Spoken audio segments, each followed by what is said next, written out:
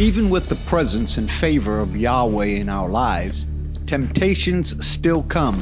Being chosen, called, or even walking faithfully does not make one immune to trials and inner struggles. In fact, the closer one walks with Yahweh, the more the adversary seeks to entice or derail that path. Overcoming temptations requires more than divine presence. It calls for obedience, discernment, and a steadfast will to align with Yahweh's righteousness. Yahweh provides the strength and the way of escape, but it is up to us to choose the way. Victory over temptation is not automatic. It is a partnership of divine support and human responsibility. I'm Dr. Ray, and welcome to this week's Hosea International Speaks. In our session for this week, it is seen that Joseph arrives at his final destination, the nation of Egypt, where he will live out the rest of his life. He is purchased by Potiphar, an officer of Pharaoh. That title will come into focus when Joseph has to fight some of the temptations that come in his life. By the way, Joseph's area or sphere of influence was the governmental mountain, the circle to which Yahweh had called him. He had ample training when he came to handling sheep. Now he would transfer that training when it comes to handling Potiphar's household. And it could be possible that Jacob could have been training Joseph in the business of the clan. Joseph would do well in managing the different aspects of Potiphar's household. Everything would go well until he has to face his greatest challenge up to this point. He would have to face Zuleika, Potiphar's wife. According to scripture, Joseph was a good-looking person and well-favored. The phrase good-looking is the Hebrew word toar. It means he was very handsome young man, and probably one who could not be resisted by the young ladies of the world, especially those that might have come over to Potiphar's house. It also implies that he was a man who was well built, and I'm assuming from the heavy labor that he did, he might have ensured in the beginning of his imprisonment under Potiphar what would put him into the position of lifting heavy items. The scripture also says that he was well favored, which is in the Hebrew Yafeh Mare, or one to be looked upon. Maybe the reason why Zuleika found Joseph irresistible was because Potiphar may have been a eunuch that had been brought up in the courts of Pharaoh and his harem of young ladies. So one would see why Pharaoh would not have such a man operating in his courts. Whatever the situation was, Joseph seemed to have been on the receiving end. All of the intents and purposes was Satan at work in order to foil Yahweh's plan by damaging his man or having something against his life. Satan's plans would not work, and Yahweh's man would come through part of his plan to save a nation. That's what Yahweh is looking for. Yahweh was with Joseph, and he, according to Genesis 39:2, was a successful man. Scripture says in other places that Yahweh made all that he, Joseph, did to prosper in his hand. 39:3. After Joseph's encounter with Potiphar's wife, now he finds himself in Pharaoh's prison. And even here, Yahweh was with Joseph. 39:21. And whatever he put his hands to do, Yahweh was with him.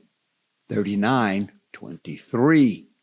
In all that Joseph went through, there was still a little bit of work Yahweh had to do in order for his man to come to his final place of ministry, which would be second in command of a nation.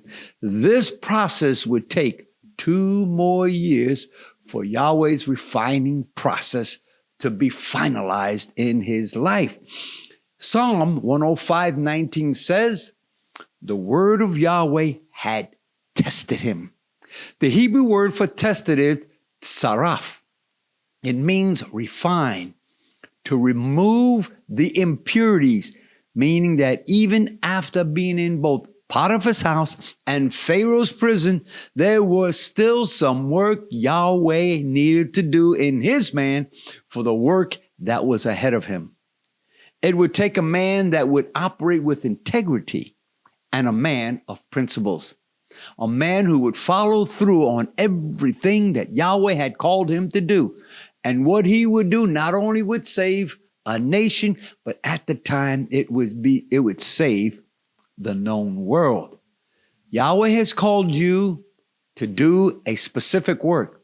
Whatever that is, you might have to look into it to find out what it is that you need to do in order to complete it. Are you fulfilling his work that he's called you to do? Or is there other stuff that needs to be done? And will it take a while to bring it to a finishing point?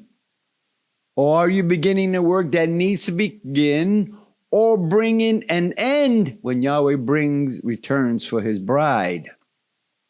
Or are you tempted by what is around you in order to see that you don't start, or in your case, if you have started, to not complete your assignment? It is Satan's objective to stop Yahweh's work on the earth. Hey, he would just as soon as eliminate you than anything else. He doesn't care if you go to heaven or hell, as long as you're out of his way so that you don't delay in his work. Psalm 105 continues the life of Joseph, in which he would find his way into the courts of Pharaoh, in which a man with the ability to interpret dreams is needed. This arena of dreams began in the life of Joseph when he had the dreams of the sheaves. And remember, he told his brothers, I saw your sheaves bowing before mine. And then he had another dream where he saw the sun and moon bow before him with all the other 11 sheaves. Yet at that time, he was unable to interpret those dreams, or he would have known exactly what was ahead of him. Maybe it was time at that point he should have insulted. He should have found out what Yahweh was trying to tell him. And maybe, just maybe, his road to Pharaoh's court might have taken a different way. Joseph would be locked up in Pharaoh's court, where he would then have the opportunity to interpret the dreams of two people in Pharaoh's court, the baker and the butler. Joseph's interpretation of their dreams would not produce fruit for another 2 years. Yahweh still had some refining to be done in his man. It is then in those final years that Joseph learned to depend on Yahweh for instruction and direction. Let's interject here just for a moment. Yahweh knows what it will take to refine you and me to fulfill his purpose and work, each in our individual way, and what he wishes to use us for. Joseph's last words to the butler, I want you to notice the refining process that Joseph would have to go through in his final 2 years. Joseph's last words to the butler before he was restored to his position in Pharaoh's court was, and I want you to underline these words. You can find this in chapter 40, verses 14 and 15, and read along with me. Joseph says, but think of me, underline that, when it shall be well with you, and show kindness, I pray, to me, underline that again, and make mention of me to Pharaoh, and bring me out of this house. For I was stolen away out of the land of the Hebrews, and here also have I done nothing that should put me into the dungeons. 40. chapter 40, verses 14 and 15. No less than 8 times Joseph mentions himself in the first person. You think maybe Yahweh was trying to purge from himself? It is possible that what Yahweh wishes to purge from each and every one of us is the spirit or selfishness of me, myself, and I. Let's allow him the opportunity to do a work in each one of us so that the people can be operate under him and not us, so that people can see Yahweh, not us. Well, if you enjoyed this week's session, go ahead and hit the share button so that your friends, maybe they're dealing with self also, so that they could go ahead and find out what Yahweh is telling them. And if you like it, go ahead and hit the like button. And if you have yet to subscribe, now would be a good time.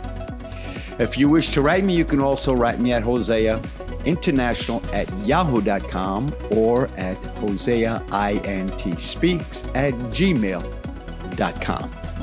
I'm Dr. Ray, and I'll see you next week on Hosea International Speaks.